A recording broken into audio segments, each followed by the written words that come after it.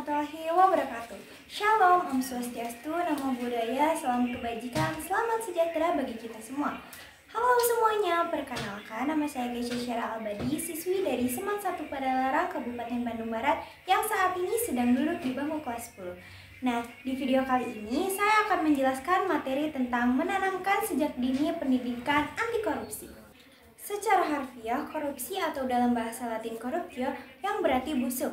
Ada beberapa pakar juga yang menyampaikan pendapatnya tentang apa itu korupsi.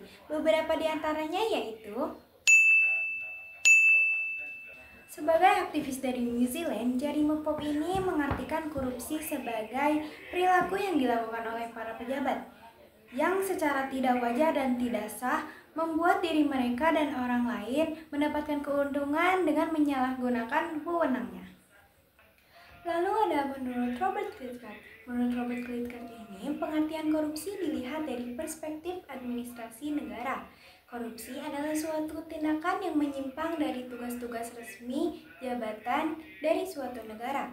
Tindakan ini dapat memperoleh keuntungan, status, uang untuk dirinya sendiri, dan melanggar aturan pelaksanaan yang ada. Nah, jika tindakan korupsi ini masih marak terjadi, maka akan banyak dampak negatif yang akan menimpa suatu bangsa dan negara. Di antaranya yaitu melambatnya pertumbuhan ekonomi di suatu negara, menurunnya investasi, menurunnya tingkat kebahagiaan masyarakat di suatu negara, meningkatkan kemiskinan, meningkatkan ketimpangan pendapatan, dan lain-lain. Selain itu, korupsi juga memberikan dampak buruk bagi warga masyarakat Indonesia dari berbagai lini kehidupan, mulai dari ekonomi, sosial, birokrasi pemerintahan, korupsi dan demokrasi, pertahanan dan keamanan, penegakan hukum, dan lingkungan hidup.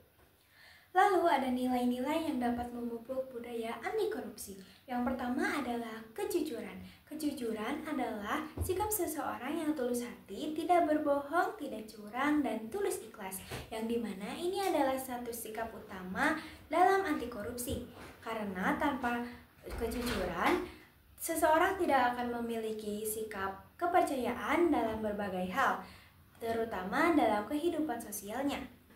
Kemudian yang kedua ada integritas. Integritas merupakan kesatuan dari pola pikir, perasaan, ucapan, dan perilaku yang selaras dengan hati nurani dan norma yang berlaku di KPK.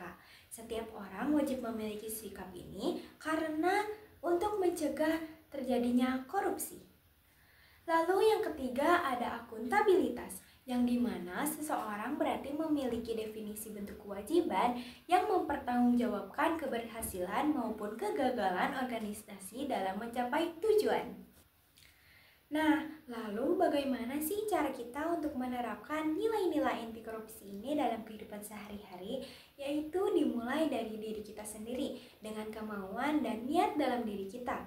Lalu kita juga harus memiliki kesadaran hukum dulu, karena dengan kesadaran hukum kita akan lebih mudah untuk menerapkan nilai-nilai anti korupsi ini dalam kehidupan sehari-hari. Karena dengan kesadaran hukum kita akan dibawa ke dalam kebaikan. Kita bisa memulai untuk menerapkan nilai-nilai anti korupsi dalam kehidupan sehari-hari dengan membiasakan diri untuk selalu disiplin, selalu jujur dalam perkataan perbuatan, bertanggung jawab dalam melakukan hal apapun, dan tidak akan pernah berbohong di lingkungan masyarakat, sekolah, maupun keluarga.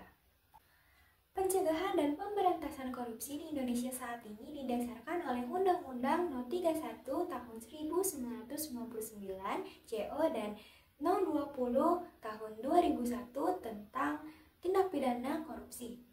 Dengan demikian, pada prinsipnya, berarti pencegahan dan pemberantasan korupsi ini telah menjadi komitmen seluruh bangsa Indonesia. Seperti contohnya di SMPN 14 Bandung, untuk melatih kejujuran para siswa-siswinya, pihak sekolah menyediakan kantin kejujuran. Sudah sejak 2007 silam, kantin ini berdiri di tengah-tengah warga SMPN 14 Bandung. Kantin kejujuran ini berisi dengan berbagai makanan dari mulai yang ringan hingga yang berat. Harganya pun relatif murah, mulai dari harga 1.000 sampai 10.000.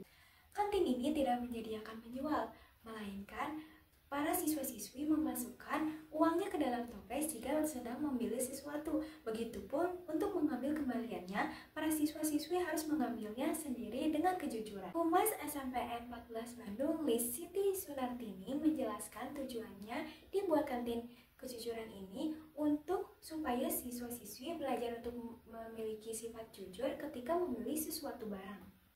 Maka dari itu, ayo kita ikut berpartisipasi dalam mencegah korupsi. Ayo kita ikuti kegiatan cegah korupsi dan pemberantasan korupsi di lingkungan masing-masing. Jangan biarkan korupsi menjadi budaya Indonesia. Bung Hatta. Terima kasih, mohon maaf jika banyak kesalahan. Wassalamualaikum warahmatullahi wabarakatuh.